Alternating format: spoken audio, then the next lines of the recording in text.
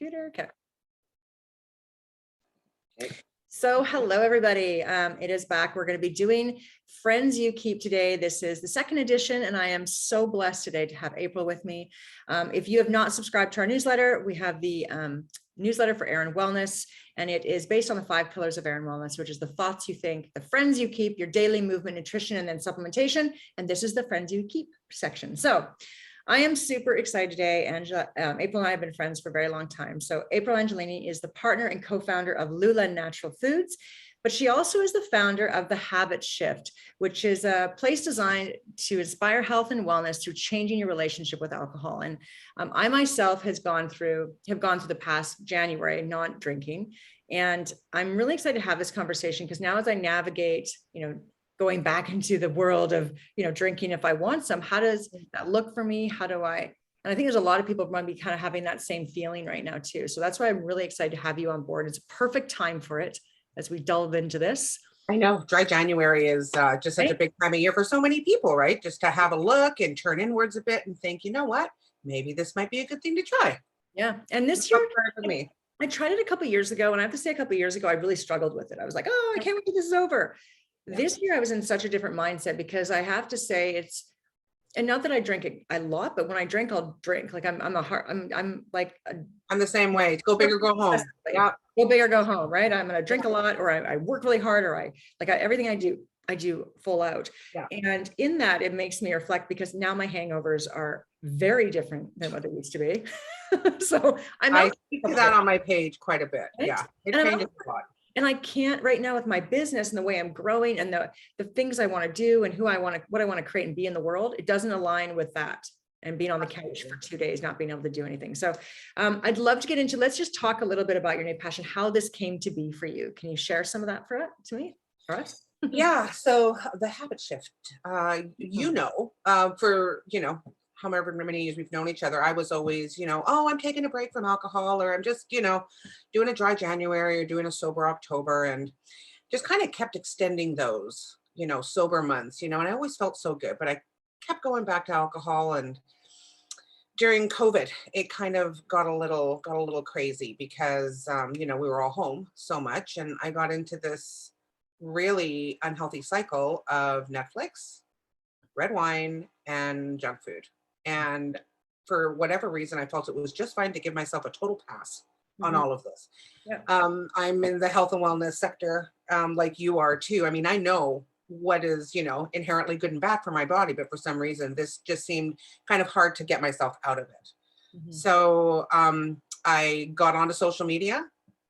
There is so much out there of people just realizing that in order to be, your best self, alcohol isn't necessarily a part of it. And that was really true for me, really true for me. So, did the big, had the big look in the mirror and said, this is not who I want to be anymore.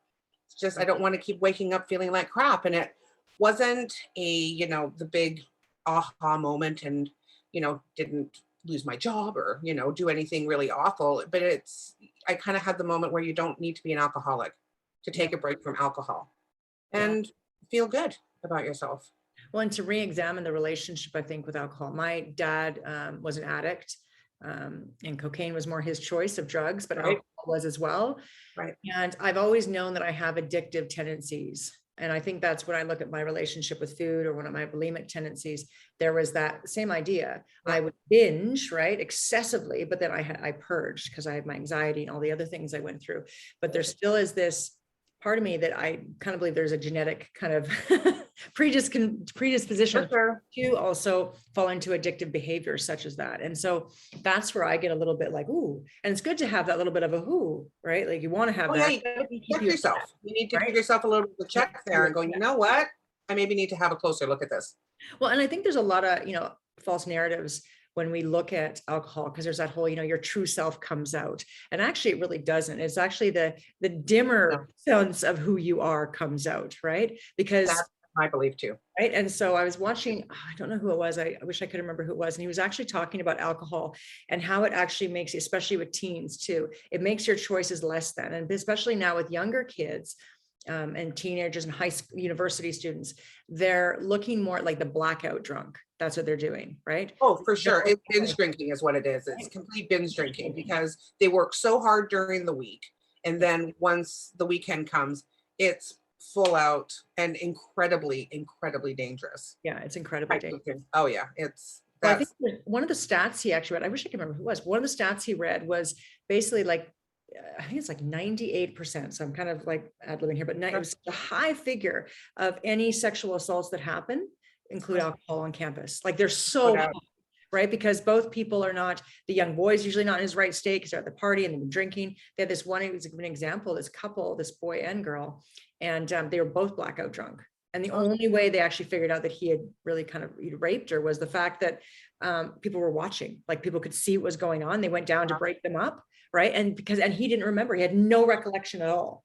So when you say that comes down to culture as well, though, right? I mean, alcohol is just such an accepted substance everywhere, right? And I know we're going to get into the mommy wine culture in a bit too, right? Yeah. But just everybody, the entire culture around alcohol is completely skewed. I agree. It's accepted. It's you're made to feel bad if you don't participate.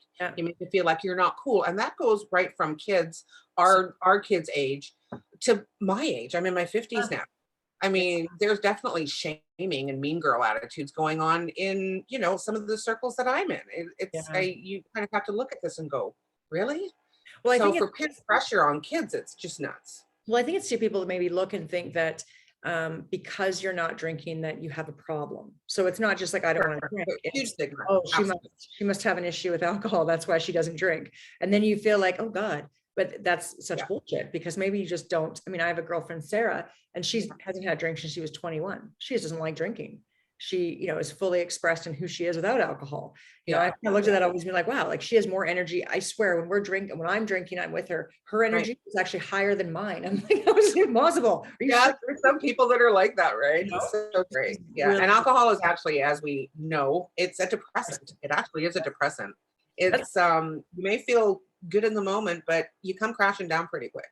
Well, and that's the other thing too, not only the hangover the next day, but then it takes me, usually if I'm drinking on a Friday, Saturday, I feel like crap. Sunday, I begin to feel half normal. Like I remember starting to plan out when I was going to go out. I'm like, okay, because I'm going to feel like shit this day. So this day is my recovery, and then back on normal on Monday. But then afterwards, there's just this depression, like you feel depressed. So like Tuesday, Wednesday, and then you're kind of Thursday, you're back up, and then you're like, okay, now I drink on Friday again. And it just becomes this, roller coaster. It is. And if you look at the week, you're pretty much working at your optimal 1 or 2 days a week. Yeah. Because it's taking you all that time to recover. Yeah. And the time it takes to plan, like you said, it's exhausting. It is. It is exhausting, right? Well, the thing is I'm planning to go to a girlfriend's going away thing next weekend. And I've felt anxiety and stress about the fact, because I actually am thinking I want to continue on with this because I feel fantastic, but I will fully admit that I'm like, oh crap, like how am I going to navigate being at the restaurant, being with all these other women? And, I'm like, and I'm not going to bring fake, like I'm not a person who loves the taste of wine so much that I'm going to bring a non-alcoholic wine. That's not my jam. I'll just have Diet Coke or whatever. But also the feeling of, will I be as fun? Which is so interesting. And me as 47 goes, God, will I be as fun if I'm not? Because you feel like you're so much fun. Because you're like, no, I totally feel that. It's fair. That's fair. No? It is. Yeah. And so what do you tell somebody who's trying to navigate something like that? Like for myself, what would be something you would say? Well, I'm going to start with a really weird suggestion. And that's what I did last summer was I just didn't go for the first few events. If I wasn't really feeling like going, I just didn't go. Yeah. Because I didn't want to have to put up with it, to be perfectly honest. I missed 2 great boat cruises, but of course, the world opens up and you want to be social. So I just either have my fun cocktail or I tell people, you know what, I'm feeling really good right now. I stopped drinking for 30 days. I went and did the dry January and I'm feeling good. I'm just going to keep it going for a bit. Yeah. And then you change the conversation. You don't have to make it all about that. That's right. That's so true. So what led you to be because what is a sober coach? Because the habit, I love your page, The Habit Shift. When you're not following The Habit Shift, go follow. It's a great page. So tell me a little bit, how did you become a sober coach? How did this kind of lead to this? Well, what coaching will do is they'll identify like a current problem, right, and work towards a solution. And so in this case, it would be somebody who is looking to change their relationship with alcohol.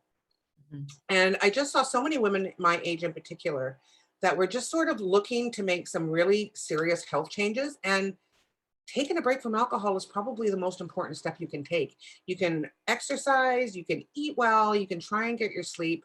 But if you're pounding back, 2 or 3 bottles of wine on the weekend, It you affects, know, it it affects. affects everything. I mean, your body identifies it as a toxin. It has to work to process all of that alcohol before it can do anything else, right?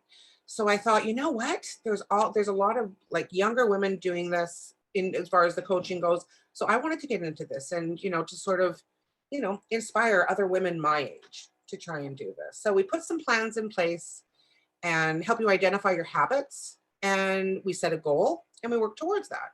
That's awesome. And yeah, and it could be you maybe just don't want to be drinking during the week, Yeah. or you want to drink less, or you just want to have 3 glasses of wine instead of a whole bottle. I mean, Mm. whatever that goal may be for you. We'll look at what your triggers might be, how we can work on that, and yeah, and go from there. Just start the conversation, basically, right? Just start the conversation. Well, I was looking because I mean, I do love to have drinks on the patio in the summer. I do love that. So Yeah. I even was like, okay, well, if I get through February, I have major dental surgery in February to March, so I won't be Oh, drinking that's that. great. So I'm like, Oh my okay, so God. February to March, I'm good. So I can get to Yeah, March. yeah, And yeah, then, yeah. then I'm thinking, see, it's so funny because you start thinking, how am I going to block this in? But I do Totally. know in the summer, I do want to be able to have a drink on a patio. Yeah, Like, okay, so then how about we aim for something along those lines? That's not a hard, never can have it again. totally. There's more, Absolutely. and that's what I kind of like Right. too, is there's more options within this. It's not like you're never drinking again. I'm going to analyze my relationship with alcohol and see where it fits in and see where it's not healthy for me. And I know, 2 bottles at Friday night's not healthy for me. Well, and But a lot of people just drink because they think they have to, yeah. right? Because it's Friday. That's what I'm supposed to do. Mhm. Or, oh, I'm going out with the girls. Yeah, I'm going to have to, right? But like just what you said, it doesn't have to be an all or nothing for a lot of people. Yeah. It really doesn't. There's some great books out there. Annie Grace is one of them, This Naked Mind. She has a few suggestions in that book about how to moderate, right? Once again, that is not for everyone. Yeah. That's for sure. And just a quick note about coaching, sober coaching. It's Yeah. not therapy and it's not counseling by any means, right? It's designed for people, like yourself that Yeah. maybe would like a few tools in the toolkit to see how they can, just have a closer look and make some changes. But it would not be for somebody who would need to actually seek treatment, Yeah. No, it's totally right? different. 'Cause that's actually super dangerous, Yeah. right? Yeah. 100%. Yeah. Yeah. So we have a discovery call and we would, go through some questions to make sure that everything's done safely. But yeah, it doesn't have to be all or nothing for sure, like you said. Well, and there's a lot of celebrities now, which is so interesting, who are, Mhm. living a sober lifestyle, which is fat. And a lot of them are beginning to be quite vocal about it. I didn't know Hugh Jackman, actually. I think it's Hugh Jackman. Is Hugh Jackman one or no? Is it Actually, I don't. Yeah, the Hugh Jackman, yes. Bradley Cooper is, which I was like, Bradley Cooper is Bradley Brad Pitt, Cooper is, Brad Gerald Pitt. Butler. Oh gosh, there's so many. The list is like as long as my Yeah, arm. it's very interesting. And now people are beginning to talk a little more about it because I think they're beginning to recognize too, especially I could see being in that world, how much pressure that would be to drink at parties. And I mean, we have pressure in our world, but if we're out at events and you're Oh, at for these big sure, film festivals, for right, sure. you're there. So it's nice to see that they're able to start being vocal about their choice to live without alcohol, because it's Yeah. kind of it's motivating as well to see that. Yeah, and the reasons behind it too are always interesting to me too. Like you've got Kelly Ripa, who stopped drinking, I think probably 2 years ago now, but she started just doing a dry challenge with her girlfriends. I think they did a sober October, a bunch of them together, her and her husband, and they just kept going because she was like, I feel freaking great without the alcohol.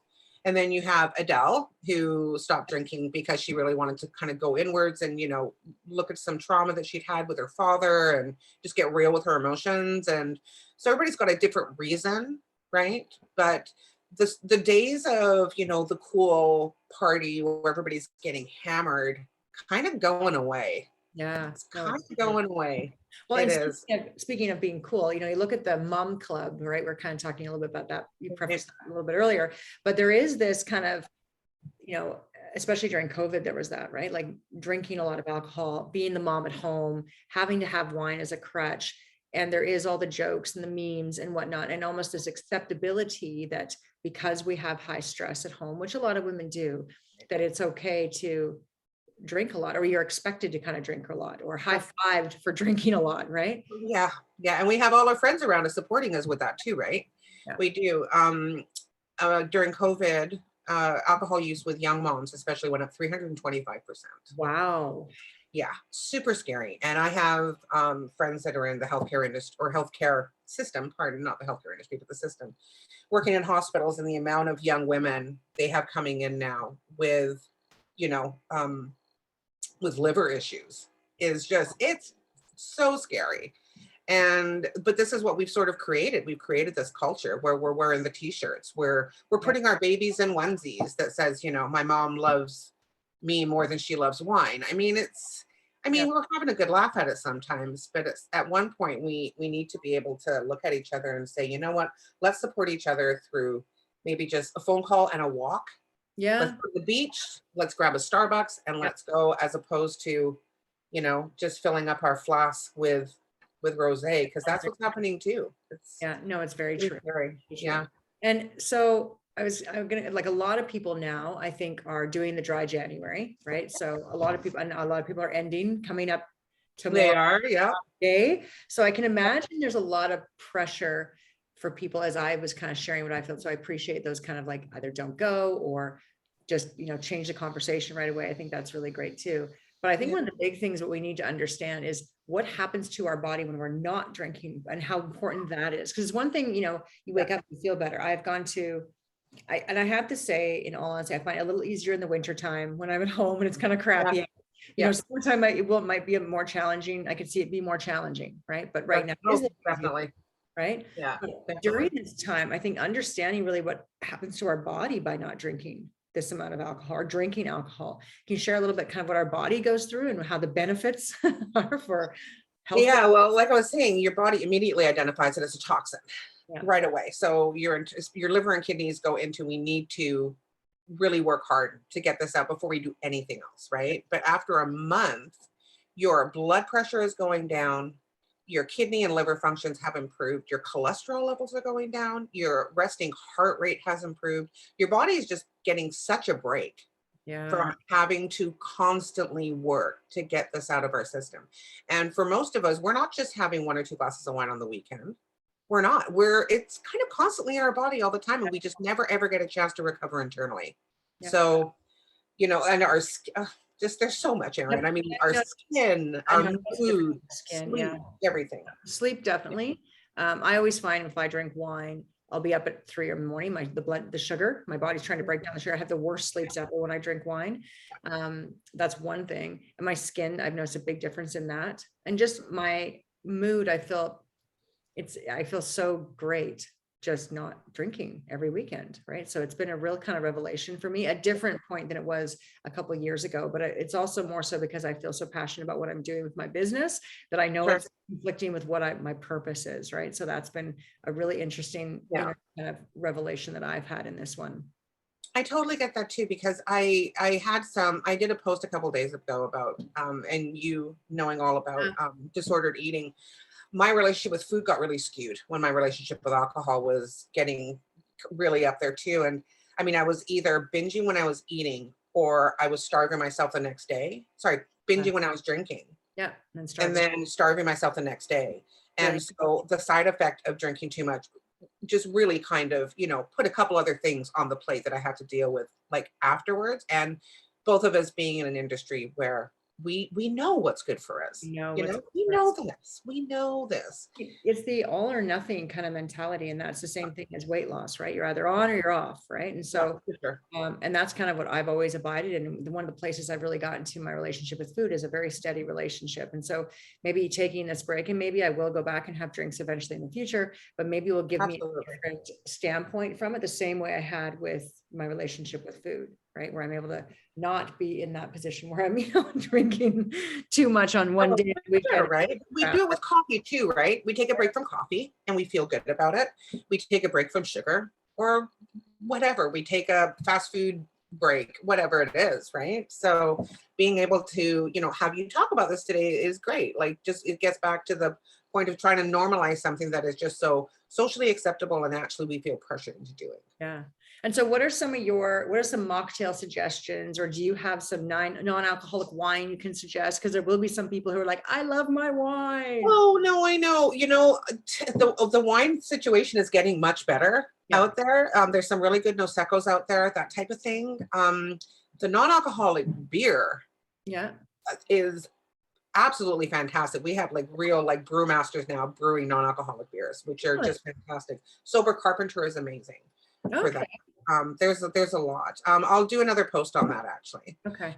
Oh gosh, Opus is a great local company. If everybody wants to go on Instagram and look them up, Opus. They make alcoholic drinks as well, but they make non-alcoholic, Aperol spritzes and Oh, mojitos, that kind of stuff. And they sell them. They sell them at Palm. They sell them at Whole Foods.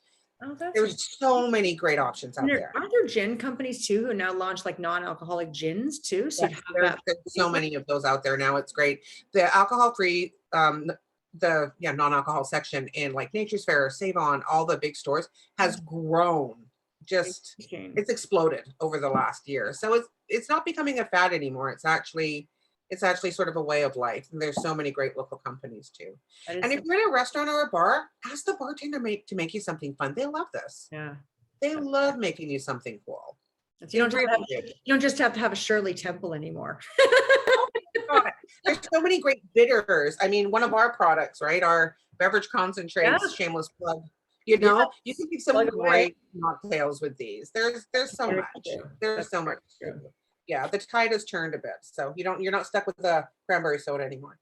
Well, I think you've given me, like, you've also said some suggestions, but I don't know if there's anything else you can contribute in the sense of, if you're at a gathering and you want to not drink, what are some suggestions? I think so. Some of the suggestions you said were, don't go, which I do have to go next Saturday because I'm hosting.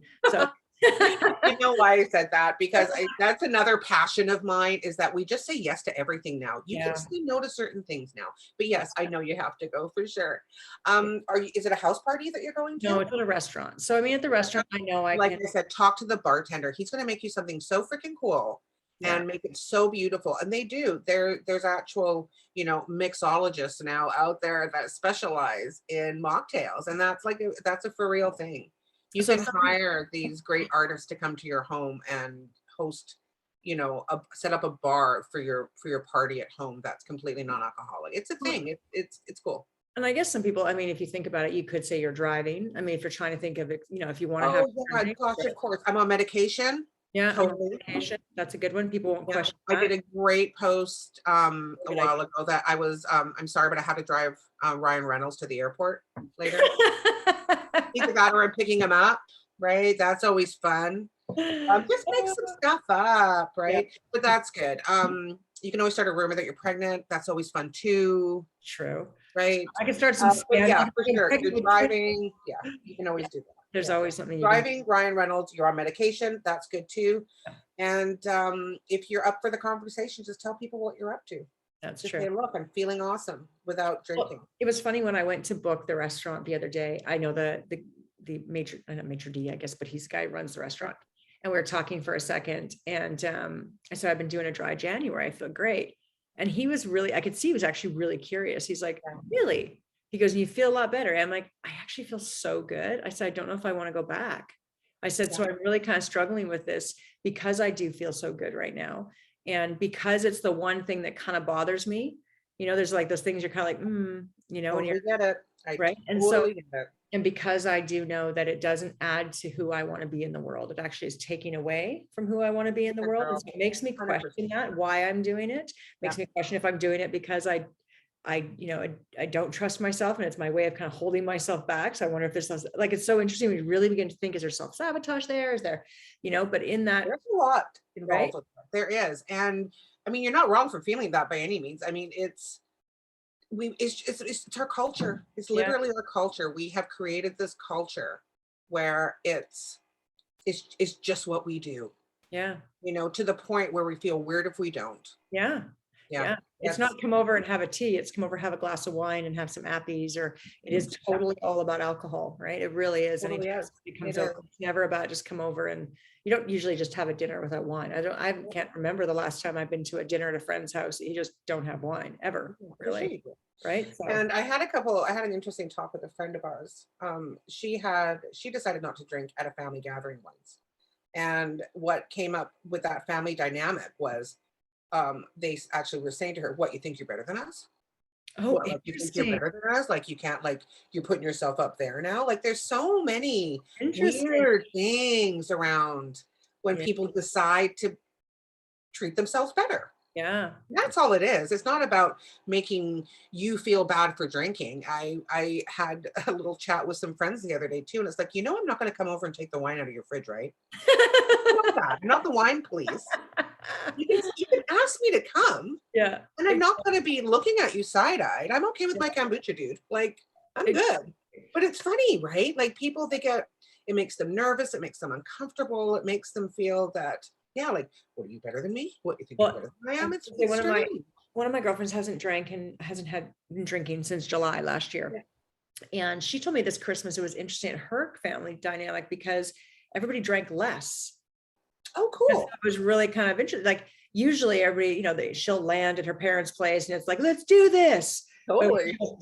drinking, then nobody really was, it didn't bring that, so everybody, they still had a great visit. Everybody had a great time. Oh, it's so And good. and I did feel, she goes, because it was out of habit, but I guess that's, great name about your, the habit Yeah, shift. It was that habitual thing like, oh, okay, I'm here. So now I guess I get my Baileys and carry on. She said totally. Yeah. by not doing that, the whole family shifted there, at least in that, Oh, so that good. moment. Yeah. So she said it was really kind of interesting. So I think there definitely is a lot of people or women or anybody who is watching this who has began to maybe think that they want to reanalyze their relationship with alcohol. I think it's a really good thing to do because I think that's what life is all about, is constantly turning in, constantly self-reflecting, constantly self-analyzing and looking at where Yeah. you can be better in your life and in the world. Well, Right? and that's it too, right? I mean, we sit there and go, you know what? I'm going to walk more, or I'm going Yeah. to cut out dairy because it makes me feel bloated, or whatever it is. I mean, this is, this Okay. is, it's the same thing. And I know it's scary. And if you'll indulge me, I'm going to give you a couple books that you can put up in the Yeah. newsletter when this Yes, goes. yes, yes, yes. Please go ahead. Yeah, just for people if they're just curious, right? It doesn't have to be a scary thing. Like there's a lot of people doing this. It's, Yeah.